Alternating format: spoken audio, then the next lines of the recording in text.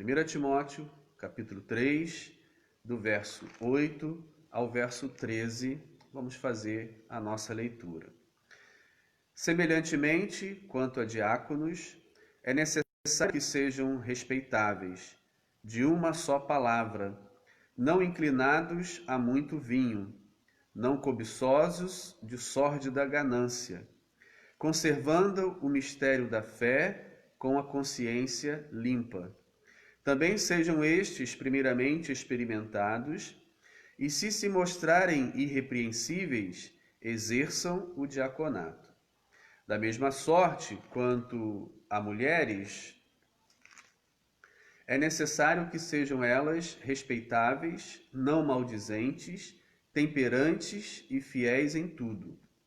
O diácono seja marido de uma só mulher e governe bem seus filhos e sua própria casa.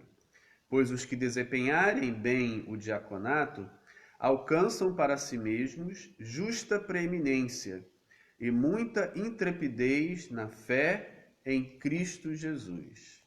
Amém.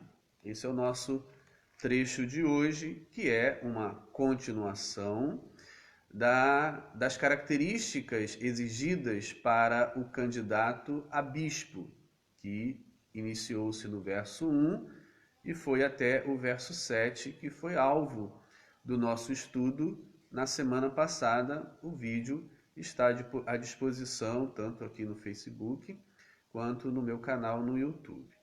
A gente percebe que agora, quando o autor se dirige às características do candidato ao diaconato ou da candidata ao diaconato, a gente percebe que a forma estrutural é a mesma dos bispos, ou seja, apresenta-se uma série de qualidades que são exigidas para o exercício do diaconato. Da mesma forma, foi apresentada aos candidatos a bispo uma série de qualidades que são exigidas para aquele que deseja ser bispo. A semelhança das qualidades exigidas ao candidato a bispo, as qualidades exigidas àquele que deseja ser diácono não contêm nenhuma especificidade espiritual ou eclesiástica. Ou seja, na lista nós não encontramos nenhuma característica específica para o exercício espiritual ou para o exercício na igreja. Assim como as qualidades ao candidato a bispo, as qualidades ao candidato ao diaconato podem ser aproveitadas, utilizadas em qualquer instituição. No vídeo passado, apontei que as 16 qualidades exigidas ao candidato a bispo serviria, na época em que o texto foi escrito, aos candidatos a funcionário público ou os candidatos a algum cargo político ou até mesmo os candidatos a generais. Ou seja, são características comuns, humanas, do dia a dia, das relações sociais, e não contém nenhuma característica especificamente espiritual ou própria eclesiástica. Bem, se essa lista fosse a única no Novo Testamento para bispos e diáconos, jamais saberíamos o que eles faziam na igreja, uma vez que as exigências são apresentadas para qualquer instituição. Mas como nós temos outros textos, então a gente pode compreender que, mesmo que nessa lista não apareça as atividades específicas, tanto do bispo quanto do diácono, na igreja, outros textos vão nos mostrar. Em relação à palavra diácono, que não está traduzida, a palavra diáconos é uma palavra grega e ela passa para a nossa língua. Esse processo se chama transliteração e não tradução. Transliteração é quando uma palavra de uma língua passa para outra língua sem a tradução, sem se traduzir. Por quê? Porque na língua primária ela contém um conceito que quer ser preservado o conceito na língua para onde a palavra vai. Esse processo de pegar uma palavra de uma língua e passar para outra língua sem traduzir a própria palavra mesmo, inteira ou adaptada ao novo idioma, se chama transliteração. Isso acontece com muitas palavras cristãs, com muitas palavras próprias do cristianismo, próprias da Bíblia quando se refere à igreja. A própria palavra igreja, eclesia, é uma transliteração, não é uma tradução. A palavra bispo, diáconos, presbíteros e outras palavras, batismo, são transliteradas, não se traduz, mas pega a palavra e se adapta na língua para a qual se dirige. Bem, isso se faz para que a palavra mantenha o seu uso dentro daquela esfera, daquele segmento. No caso nosso aqui, a igreja, os cristãos. Quando a gente fala diácono, automaticamente se lembra ou se remete à igreja, assim como se fala de bispo, de presbítero, de a própria palavra igreja, batismo, ou seja, são palavras que ao serem pronunciadas, todos entendem que elas pertencem ao segmento igreja, cristianismo. E isso é um dos objetivos para a transliteração. No entanto, a tradução da palavra diáconos seria servo, ou aquele que serve a comunidade, aquele que serve uma comunidade, ou aquele que serve à mesa, ou aquele que serve no ambiente doméstico, ou seja, um empregado doméstico que cuida das atividades próprias de uma casa. Essa seria uma tradução. No entanto, a gente vai perceber que no Novo Testamento a palavra diácono é utilizada em outros sentidos que não esse servir à mesa. A gente pode observar que a palavra diácono no Novo Testamento ela é utilizada, por exemplo, a Cristo, a se referindo-se a Cristo. Em Gálatas, capítulo 2, verso 17, nós encontramos esse uso.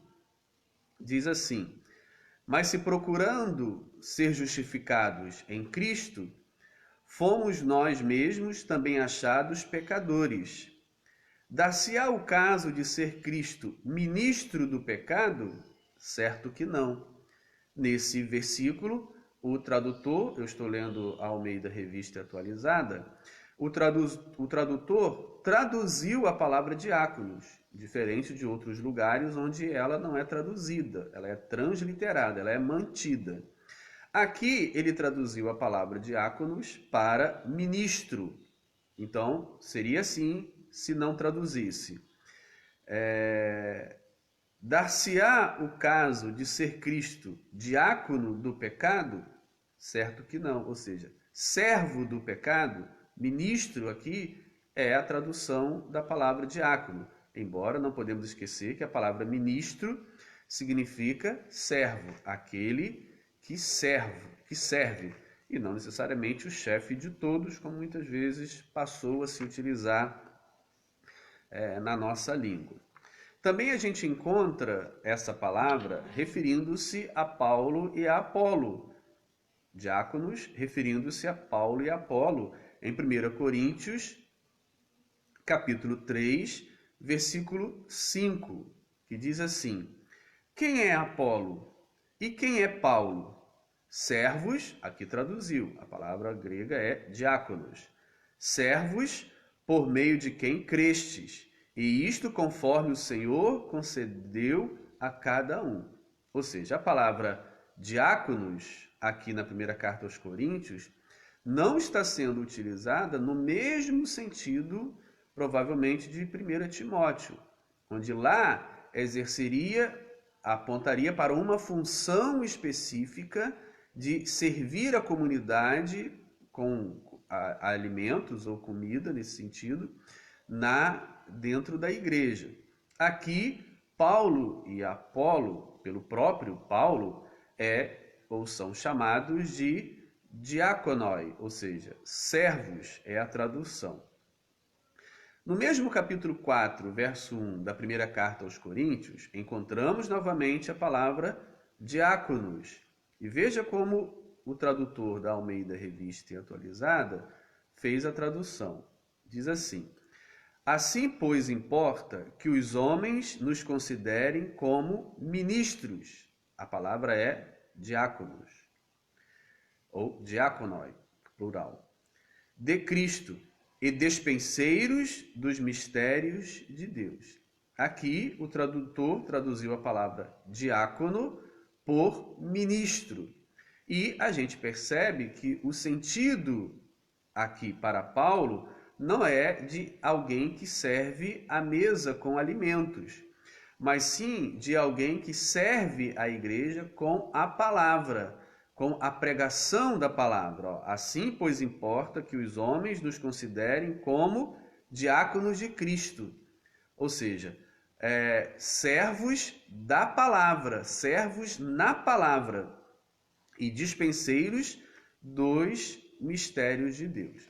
Então a gente percebe que no Novo Testamento, nas cartas de próprio punho de Paulo, entre as cartas paulinas, temos uma divisão, aquelas que são consideradas de próprio punho e aquelas que são consideradas escritas por um discípulo de Paulo no momento posterior, mas que contém o pensamento paulino, a doutrina paulina, como, por exemplo, 1 Timóteo é uma carta escrita por um discípulo de Paulo no momento posterior, confirmando a tradição, os ensinos de Paulo.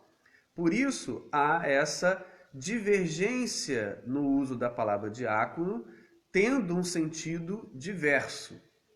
Nas cartas de Paulo de próprio punho, por exemplo, 1 Coríntios, diácono tem o sentido de ministro da palavra, servo da palavra. E na primeira carta a Timóteo, tem o sentido daquele que serve à mesa, daquele que serve os alimentos, que compartilha os alimentos àqueles que precisam na comunidade.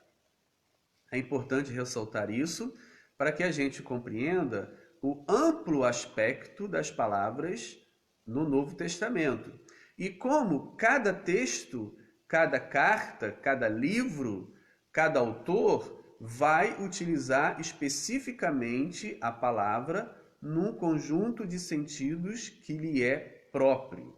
Assim, esclarecendo essa questão do sentido da palavra diáconos, que na primeira carta a Timóteo provavelmente vai ter o sentido de aquele que serve à mesa, no entanto, a gente observa que esses diáconos encarregados do serviço à mesa também exercem liderança ao lado dos bispos, como a gente pode observar na carta aos Filipenses, capítulo 1, verso 1, onde na introdução ou na direção, no destinatário da carta, se aponta bispos e diáconos, dando a entender que juntos compunham a liderança daquelas igrejas primitivas, em que os diáconos estariam numa posição próxima, auxiliar aos bispos.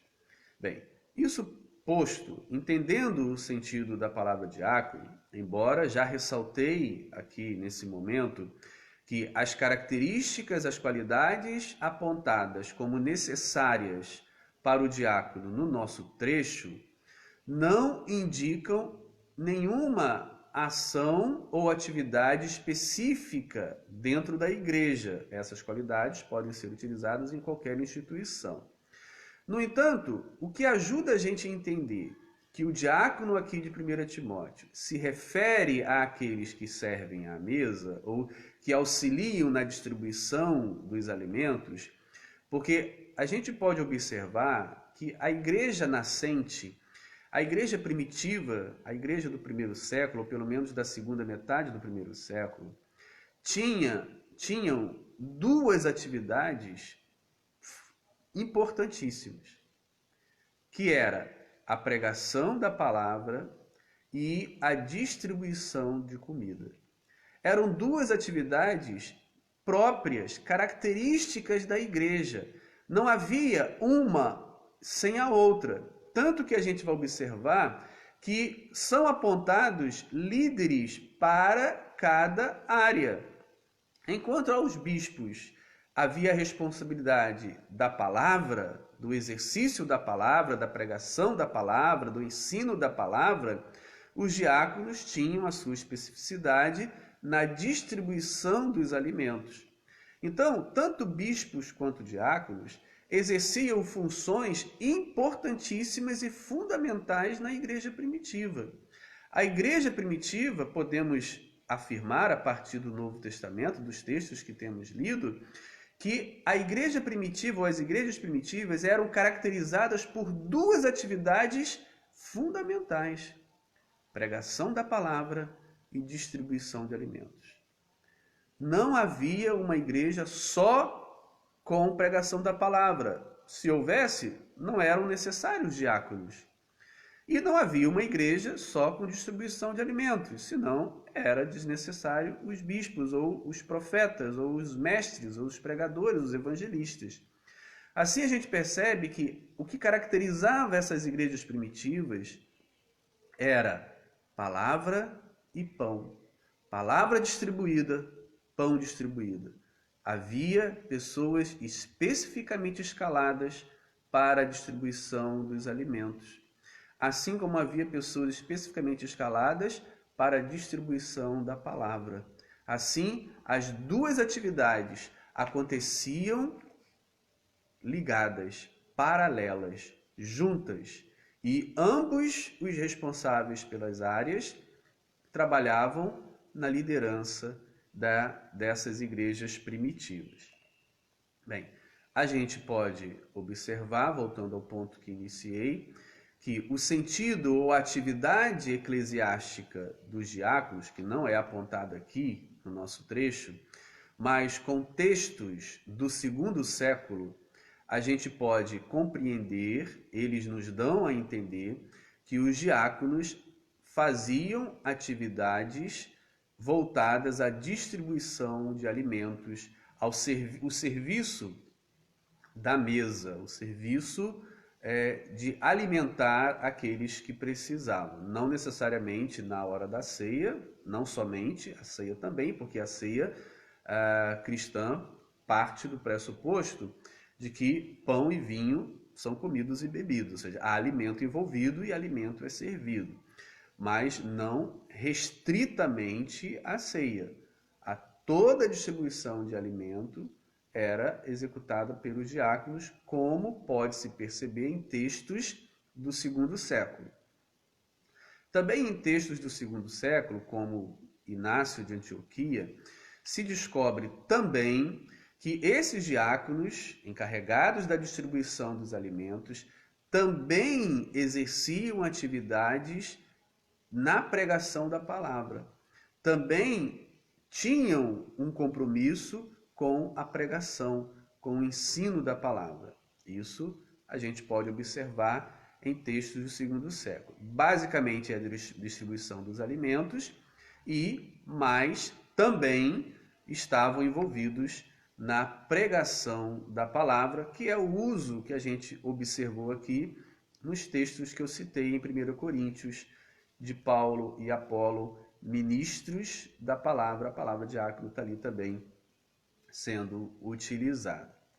Bem, então vamos, depois dessa introdução bastante longa, vamos ler então os versos. Primeiro o verso 8, semelhantemente, já nos liga com o texto anterior dos bispos, da mesma maneira, né?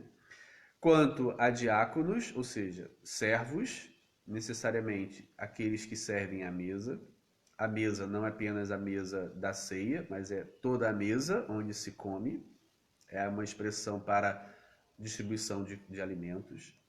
É necessário que sejam respeitáveis, de uma só palavra, não inclinados a muito vinho, não cobiçosos de sórdida ganância. Então, na esteira das qualidades para o bispo, também encontramos aqui exigências importantes para o diácono. E a primeira, que sejam pessoas respeitáveis, que é bastante parecido com a primeira lá dos bispos, que deveriam ser irrepreensíveis. Eles precisam ter o respeito, a credibilidade, tanto da comunidade para a qual vão servir, como também da sociedade em torno. Tem que ser pessoas com boa índole, tem que ser pessoas idôneas, que têm o respaldo e a confiança da comunidade, pessoas que têm o respeito de toda a comunidade, principalmente. Mais uma característica, de uma só palavra, ou seja, não podem ser pessoas que hoje falam uma coisa e amanhã falam outra, fala outra. Não pode ser pessoas de sim, ora não, né? Ou é sim ou é não, como o Senhor Jesus nos já ensinou lá no Evangelho de Mateus, né? Sim ou não. Não tem esse negócio de sim e não. Ou seja, então tem que ser pessoas com palavras de credibilidade, pessoas que não transitam de acordo com as circunstâncias, pessoas políticas nesse sentido de agradar e ver os interesses, não. Sim ou não. Pessoas de uma só palavra, pessoas que quando falam, você sabe que está falando ou estão falando a verdade. Falam sempre a verdade. Se é sim, se é não, sem titubear, sem balançar de um lado para o outro. A terceira característica não podem ser inclinados a muito vinho, característica semelhante exigida ao candidato a bispo. Não podem ser pessoas que se embriagam. Né? Isso não significa que não poderiam tomar vinho. O tomar vinho era próprio daquela cultura antiga. Eles tomavam vinho, como em muitas culturas modernas, em muitos países, o vinho faz parte do cotidiano das pessoas, como no nosso Brasil o café e outros países o vinho. Ou seja, não está dizendo que era proibido de tomar vinho, mas é que ele não poderia ser dominado pelo vinho, ele não poderia ser dado a muito vinho, ou seja, ele não poderia ser uma pessoa escravizada pelo vinho, não poderia ser uma pessoa que se embriagasse, não poderia ser uma pessoa que perdesse a sobriedade por causa da bebida. Tem que ser uma pessoa que, por mais que tomasse o seu vinho diariamente, como todos faziam naquela cultura, mas mantivesse o controle, né, e não perdesse esse controle. Então não poderia ser uma pessoa escravizada ao vinho. Próxima característica, não cobiçoso, ou seja, não pode ser uma pessoa avarenta, não pode ser aquela pessoa que deseja ardentemente ficar rico e que faz qualquer coisa para ficar rico, que ama o dinheiro e que o dinheiro está acima de todas as coisas. Não pode ser uma pessoa cobiçosa, de sórdida ganância. A cobiça aqui está especificamente se dirigindo à cobiça financeira, à ganância, à avareza. Então não pode ser uma pessoa avarenta, que deseje ardentemente ficar rico e faça qualquer coisa por esse objetivo. Não pode ser uma pessoa avarenta.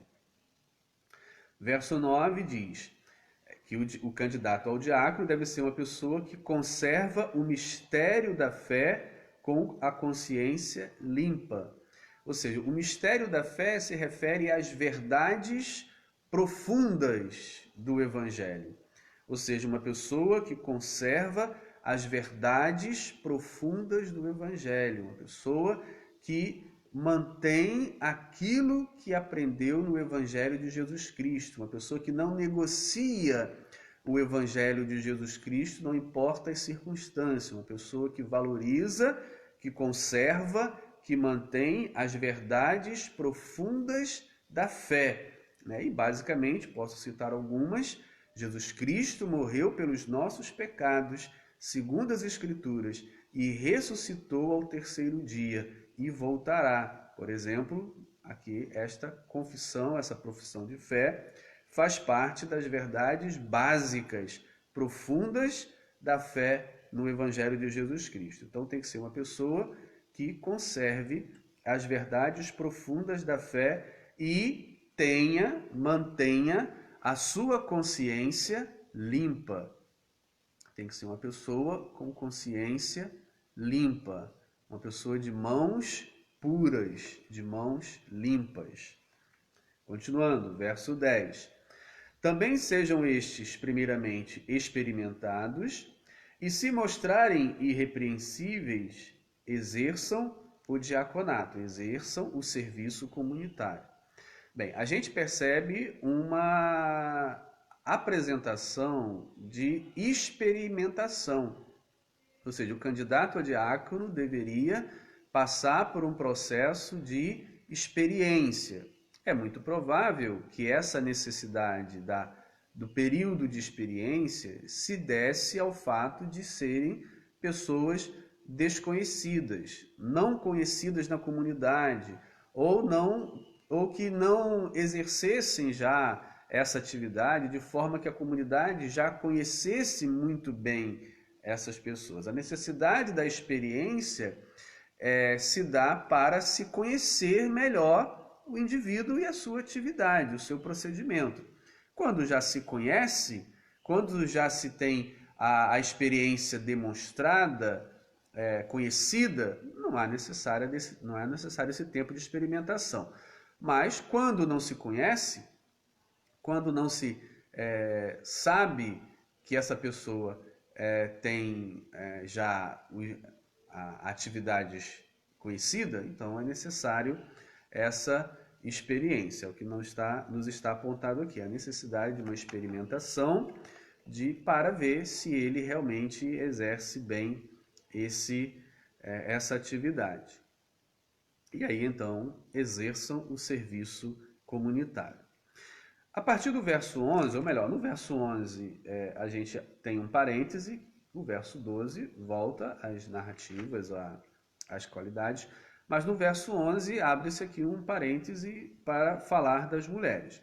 Da mesma sorte quanto a mulheres, é necessário que sejam elas respeitáveis, não maldizentes, temperantes e fiéis em tudo. Bem, esse versículo 11 produz algumas divergências entre intérpretes, embora a maioria está inclinada para compreender que esteja falando do serviço diaconal feminino e não das esposas dos diáconos. Então, as duas interpretações que eu poderia aqui ressaltar seriam essas duas. Uma, achar que esteja se referindo às esposas dos diáconos. E a segunda, que estaria se referindo ao próprio exercício diaconal das mulheres, elas como diaconisas e não como esposas dos diáconos. Bem, eu entendo que o sentido esteja se referindo a diaconisas e não a esposas dos diáconos. Por quê? Primeiro, não há nenhum elemento textual, nenhuma palavra, nenhum vocábulo que possa indicar que se esteja se referindo à esposa dos diáconos. Segundo, as exigências, as qualidades exigidas estão no mesmo nível dos bispos e dos diáconos. Logo, exige-se da diaconisa que tenha as condições que se exige também ao diácono e ao bispo. Terceiro argumento. Se estivesse se referindo às esposas dos diáconos, então deveria haver um outro texto se referindo às esposas dos bispos. Porque se as esposas dos diáconos precisariam ter as mesmas qualidades que os seus maridos no exercício do diaconato, e as esposas dos bispos? Não deveriam de maior gravidade, de maior importância, uma vez que os bispos são os líderes da comunidade, não deveria também os bispos ou as esposas dos bispos terem exigências de qualidades para que o bispo pudesse liderar a igreja? Bem, mas ao ler o texto, a gente não encontra exigências para as esposas dos bispos. Por quê? Porque senão estaria aqui, nesse momento, exigindo características para as mulheres exercerem o episcopado, o que nessa época, nesse momento, não acontecia. A gente já leu o próprio capítulo anterior sobre a observância que as mulheres não deveriam ensinar os seus maridos, texto esse que já tratei em vídeo anterior. Então, sendo assim, não haveria mulheres para o bispado, mas haveria mulheres para o diaconato, como o texto nos aponta. Ou seja, não se refere a mulheres dos diáconos, porque estaria capenga e seria necessário também o texto sobre as mulheres dos bispos. Como não tem dos bispos, imagino que não seja esse o texto que se refira às mulheres dos diáconos. Também ressaltando que naquela família antiga, a família do século I, as mulheres eram completamente submissas aos seus maridos, ou seja, as esposas eram completamente submissas aos seus maridos. Ou seja, tudo que o marido falasse, elas eram obrigadas a acatar sem discutir e sem deixar de obedecer. Por isso as exigências, por exemplo, o bispo tem que ser hospitaleiro. Pronto, se ele é hospitaleiro, não importa se a mulher é ou não é. A mulher vai fazer o que ele mandar. Essa era a cultura daquela sociedade antiga. Logo, não se teria aqui exigências características das mulheres, uma vez que elas estavam completamente submissas aos maridos e estariam sob o domínio e o poder do marido. Logo, exigir delas características para o exercício do marido seria desnecessário e diminuiria a figura do marido, do homem, naquela sociedade antiga. Logo, entendo que o verso 11 se refere ao exercício diaconal das mulheres, ou seja, as mulheres também exerciam o serviço à mesa comunitária. A gente pode encontrar no Novo Testamento, na carta aos Romanos, capítulo 16, versos 1 e 2, o uso da palavra diácono para uma mulher, por exemplo, Febe. Embora Romanos, como carta de Paulo de próprio punho, a palavra diácono contém o sentido de ministro da palavra, como utilizado para ele, Paulo, e para Apolo em 1 Coríntios, capítulo 3, verso 5, que nós já lemos. Mas vejamos, Romanos, capítulo 16, versos 1 e 2, dizem assim: recomendo-vos a nossa irmã Febe, que está servindo a igreja de Cencreia. O tradutor aqui traduziu a palavra diácono, ou seja, que está exercendo o diaconato. Ele não manteve a palavra, poderia ficar. Recomendo-vos a nossa irmã Febe, que exerce a diaconia junto à igreja de Cencreia. Exercer a diaconia nos textos de Paulo de próprio punho, como nós vimos em 1 Coríntios, significava ministro da palavra, significava ensinar a palavra. Então, Febe era uma ministra da palavra na igreja de Cencreia, segundo o sentido de diácono nos textos de Paulo. 1 Coríntios, observamos e podemos destacar isso aqui. Verso 2, para que a recebais no Senhor como convém aos santos, e a ajudeis em tudo que de vós vier a precisar, porque tem sido protetora, patrona, de muitos e de mim inclusive. Então, é evidente, pelo uso do termo diácono ou diaconia para Febe, uma vez que o sentido da palavra em Paulo tem o objetivo de expressar a liderança, o ministro da palavra, ou seja, Apolo e eu somos diáconos, ou seja, somos líderes, ministros da palavra. A partir desse sentido, podemos compreender que Febe exercia uma certa liderança na igreja de Cencreia. A gente pode observar isso também em outras passagens, onde aponta mulheres com atividades de liderança, como a própria Lídia, Em Atos, capítulo 16, verso 15, verso 40, a gente percebe ali que Lídia é líder do seu clã, líder da sua família, e vai ser líder automaticamente da igreja que está na sua casa.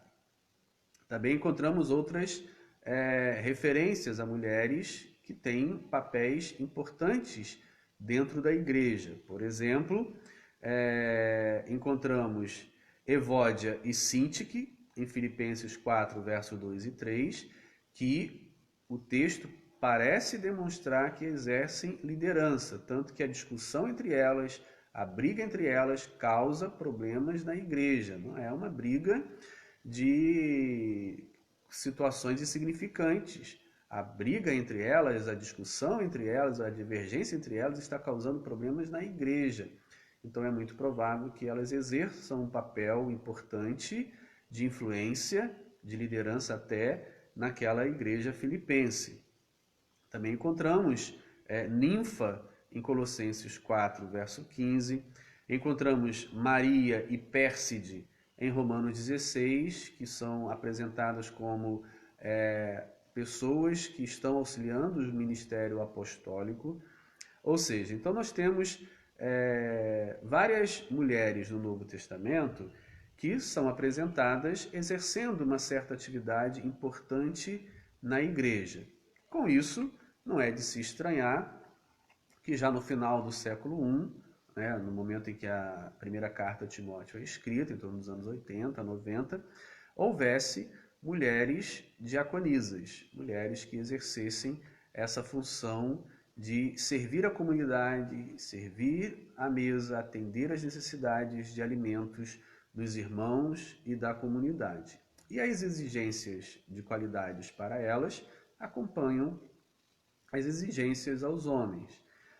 Respeitáveis, como o diácono exigiu-se, não maldizente, ou seja, não pode falar mal de outras pessoas, não pode falar mal de ninguém, temperantes, ou seja, equilibradas, pessoas sensatas, que têm o controle sobre qualquer circunstância que se apresente, e que sejam fiéis, fiéis em todas as coisas, pessoas honradas, fidedignas. O verso 12 volta-se à descrição geral do diaconato, e agora ao homem. Verso 12: o diácono seja marido de uma só mulher. Bem, isso é a mesma característica apresentada ao bispo que já abordamos semana passada no vídeo anterior. Não significa que ele necessariamente não podia ser divorciado. É claro que havia uma preocupação quanto aos divórcios sucessivos, a circunstância de pessoas se divorciarem 3, 4, 5, 6 vezes. É claro que isso estaria fora do contexto e da idoneidade exigida ao diácono. Mas, provavelmente aqui, como no caso dos bispos, tem o sentido de fidelidade conjugal. Ele deveria ser fiel sexualmente à sua esposa, uma vez que naquela cultura antiga, naquela família antiga, o homem não poderia ter duas esposas. Claro que não poderia, isso é ilegal. A bigamia era contra a lei greco-romana. No entanto, ele tinha relações sexuais com escravas, que estavam sob o seu poder, que lhe pertenciam, concubinas e prostitutas. A lei não proibia isso. Então, para o homem da família antiga, o casamento era com uma só mulher, mas as relações conjugais, sexuais, ele poderia ter com as mulheres que estivessem sob o seu domínio. Então é muito provável que esteja se referindo a essa fidelidade conjugal necessária, porque uma vez o diácono, sendo chefe de família, ele poderia ter escravos, como nós já observamos em textos do Novo Testamento sobre família com escravos. Colossenses e Efésios fala sobre os escravos que estão numa casa subordinado a um senhor e que são cristãos. Então havia cristãos, famílias cristãs no primeiro século com escravos. E esses escravos ou escravas eram considerados propriedade dos seus senhores. E muitas vezes as escravas eram abusadas sexualmente pelos seus donos, pelos seus senhores. Assim, acredito que a advertência se refira mais a esse sentido, do marido, né, do diácono, seja marido, ou seja, fiel, não podia ser marido de duas esposas, porque a lei não permitia. Então, o sentido era que ele fosse fiel conjugalmente a uma mulher só. E que governe bem seus filhos e sua própria casa, sua própria família. Já abordamos isso quando falamos sobre os bispos, né, que governe bem os seus filhos, então ele já coloca aí uma situação, uma peneira de que o diácono não poderia ser um escravo, por exemplo. Um escravo cristão da comunidade não poderia exercer o diaconato, porque deveria ser um homem, né, que governasse bem a sua casa. O escravo não tinha casa, não era chefe de família. Então já se excluía aí os escravos e outros que não tivesse essa competência comprovada na administração da casa. É importante ressaltar que casa, família na antiguidade não tem o mesmo sentido pleno de família na nossa modernidade. Quando a gente fala de família hoje, a gente se refere às pessoas dentro de uma casa.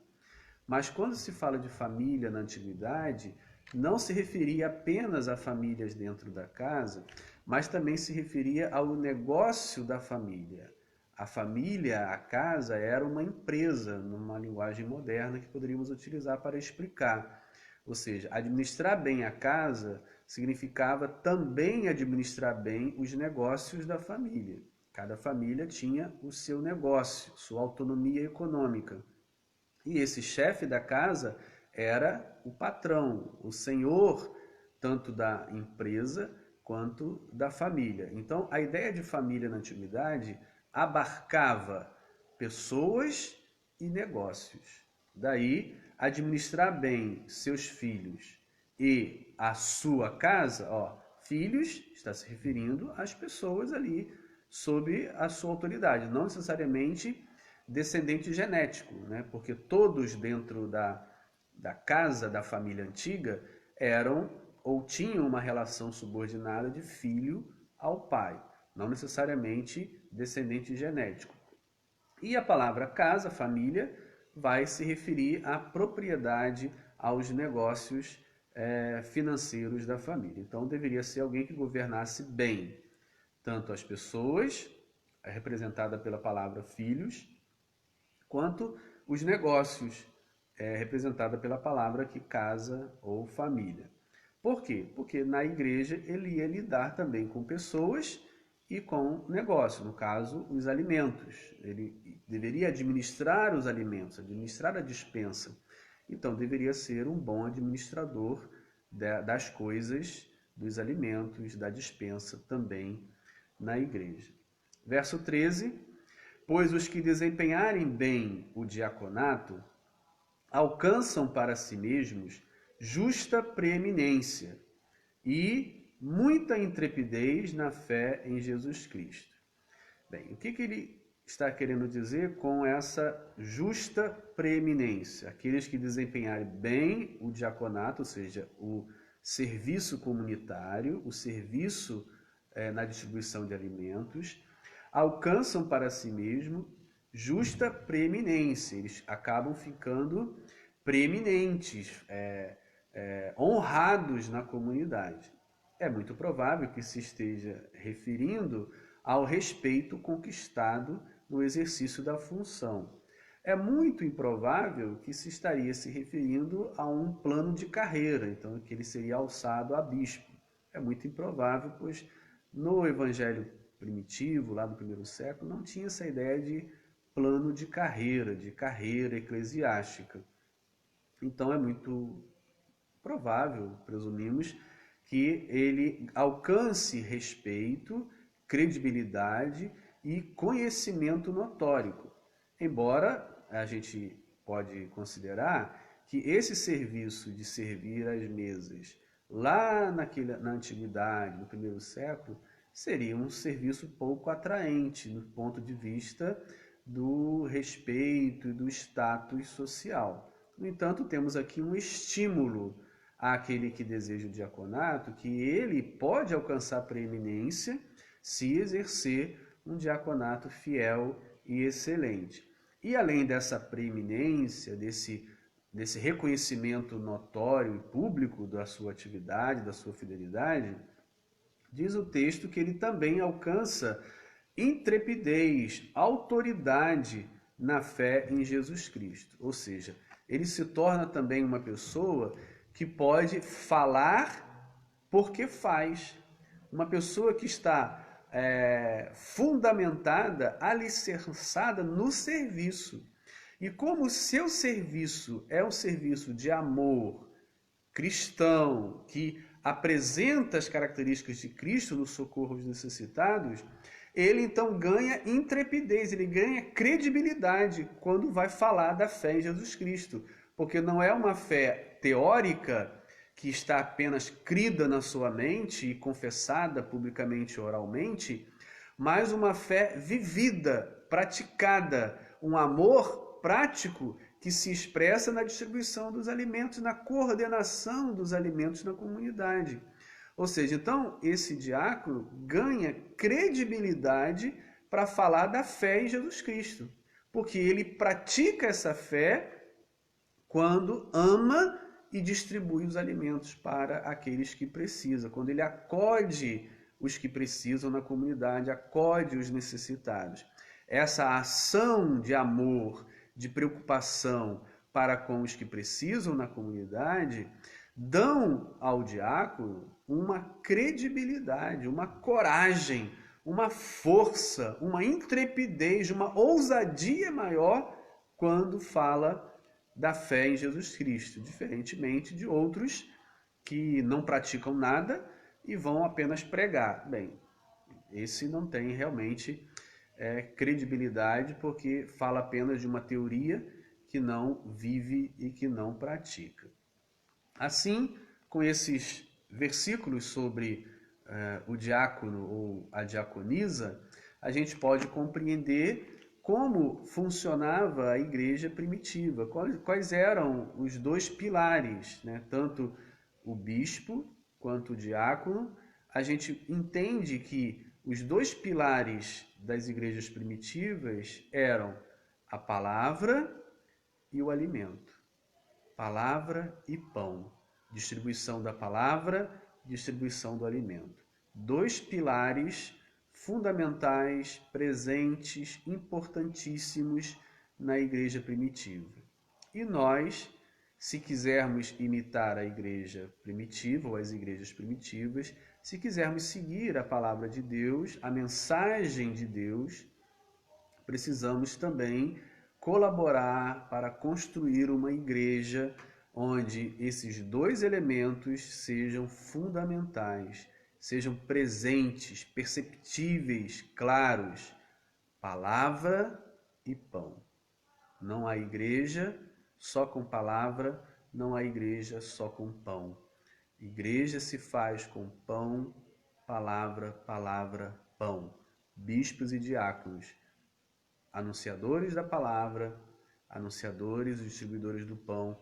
E isso não restritamente a um grupo que vai exercer a função bispal ou diaconal. Mas isso é uma referência para toda a igreja. Todos os irmãos, todos os crentes em Jesus Cristo precisam trazer essa vivência, palavra e pão. E todos contribuírem para que a igreja, para que a sua comunidade seja atuante nessas duas áreas da fé.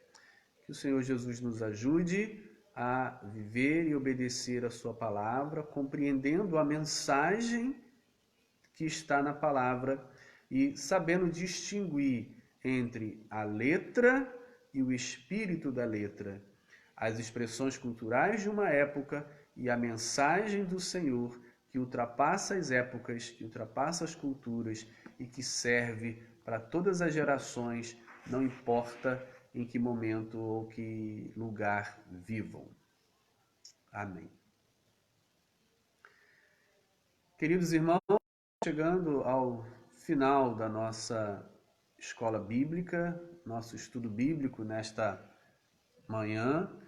Já são 11 horas e 2 minutos, basicamente 1 hora já se passou e queremos deixar a nossa oração final, lembrando sempre dos irmãos que estão tristes, dos irmãos que estão na luta, perdendo seus parentes, amigos, pessoas que amam, aqueles que estão enfermos, aqueles que estão passando dificuldades financeiras, dificuldades de sobrevivência. A igreja está para socorrer naquilo que é básico, pão, né, remédio, aquilo que é fundamental na vida do ser humano e que, se faltar, a igreja precisa estar cooperando, principalmente com aqueles que são membros da sua comunidade. Esse é o grande desafio que temos seguido ali na casa de oração, de estar à disposição e prover as necessidades dos nossos irmãos. Assim, todos que precisam, todos aqueles que você, meu irmão, minha irmã, venha saber que estão precisando de alguma ajuda, comunique à igreja, comunique ao diaconato, né, comunique ao pastor, para que a gente se mexa e possa cumprir a palavra do Senhor, que nos ensina que a igreja é caracterizada pela palavra e pelo pão. A igreja dá a palavra, mas a igreja também dá o pão. São as duas atividades fundamentais da igreja.